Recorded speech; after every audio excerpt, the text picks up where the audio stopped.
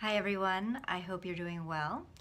I'm going to try filming this on my phone instead of my laptop this time, just to compare quality. So pardon me if I'm staring at the screen and then jumping over to stare at you directly. It's a little different on the phone. I hope you all had a wonderful weekend. We actually had a weekend that did not involve downpouring rain, which is a rarity for us this year because I don't know what happened, but it's like we didn't have a summer. It's just raining all day, every day for months. So we took advantage of the sunny weather and we went to the Renaissance Festival, which comes to our area once a year from like August to October. So I wanted to share with you my time there and some of the things that Matt and I bought while we were looking around.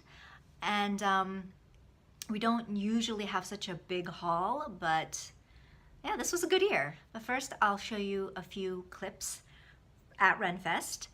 I apologize in advance for some of the quick panning shots.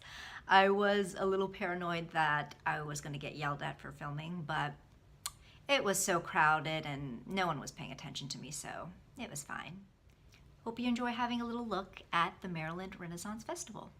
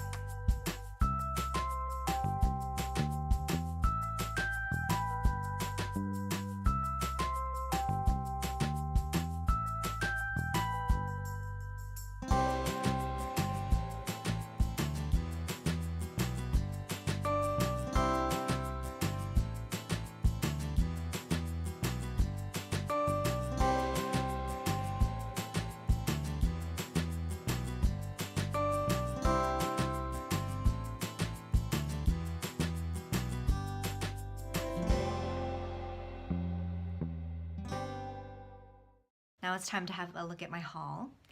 One of the clips I showed you was at the Heineck Shorefire Pottery, and they are by far my favorite pottery vendors at Renn Fest. Every time I visit them, I end up getting something. And so actually this year, Matt got something as well. But first let me show you what I purchased, which is this lovely mug right here. I have a bit of a mug addiction, and this place does not help. But this is actually the first mug that I have from this pottery place. And the colors are just so beautiful. You can see the blues and the purples and the inside. And I love how it has more of a wider rim. It's just gorgeous. The artisanship is really spectacular. But I think Matt kind of beat me on this one because this is his mug.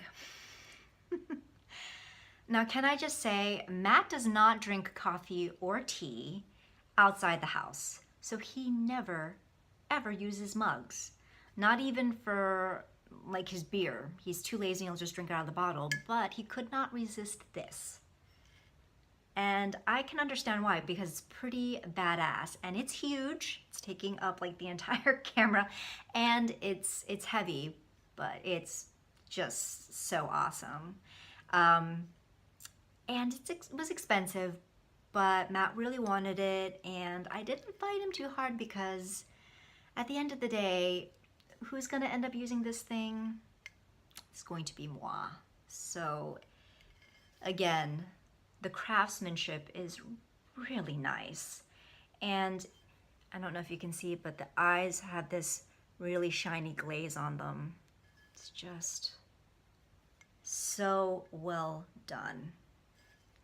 It's gonna be hefty to drink out of, but I think I can make it work.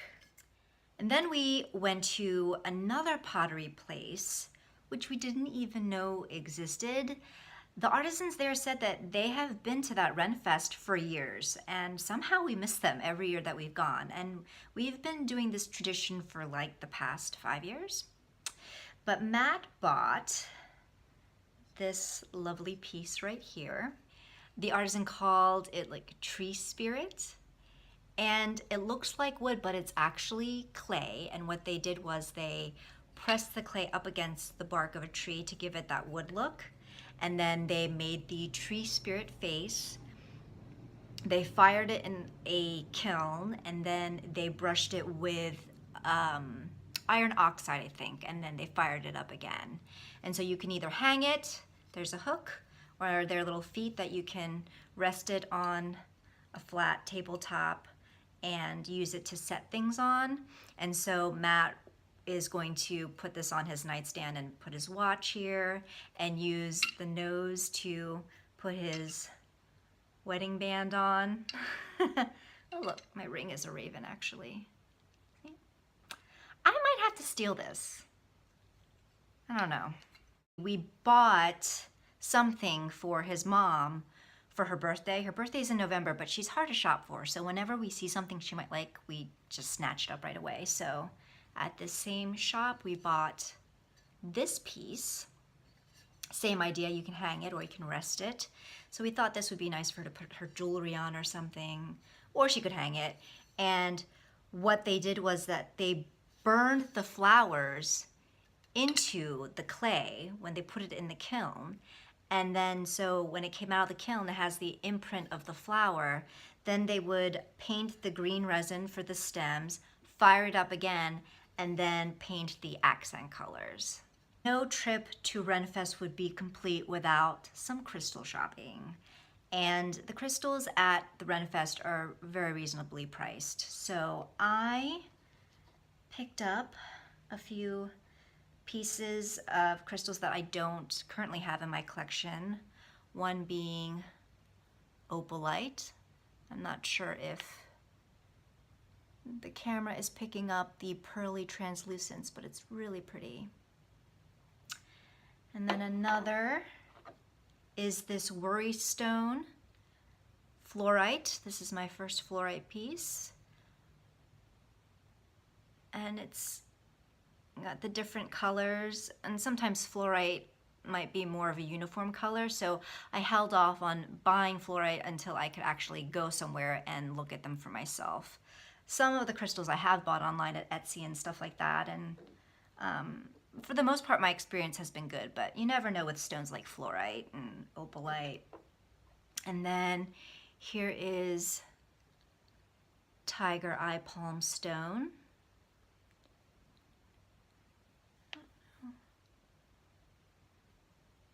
And then finally, I have been wanting a selenite pillar for ages. And every time I would go to a store or a shop and look at their selection and pick them up, nothing called to me, it just didn't feel right. But I found this piece, or rather Matt picked it out, and it just felt so nice, and he convinced me to get it, and I'm so glad he did because I love it. And not only that, but it came with a free light. So if you set this on top, it blinks the different colors, which can be a little seizure inducing, but it's a nice idea. I'll take it. It's free. All in all, the weather was perfect for the Renn Fest. We made out with some lovely items, and I'm excited about all of them, including Matt's, because we are going to share. That's what partners do. So thank you so much for indulging me in my show and tell, and I will see you in the next video.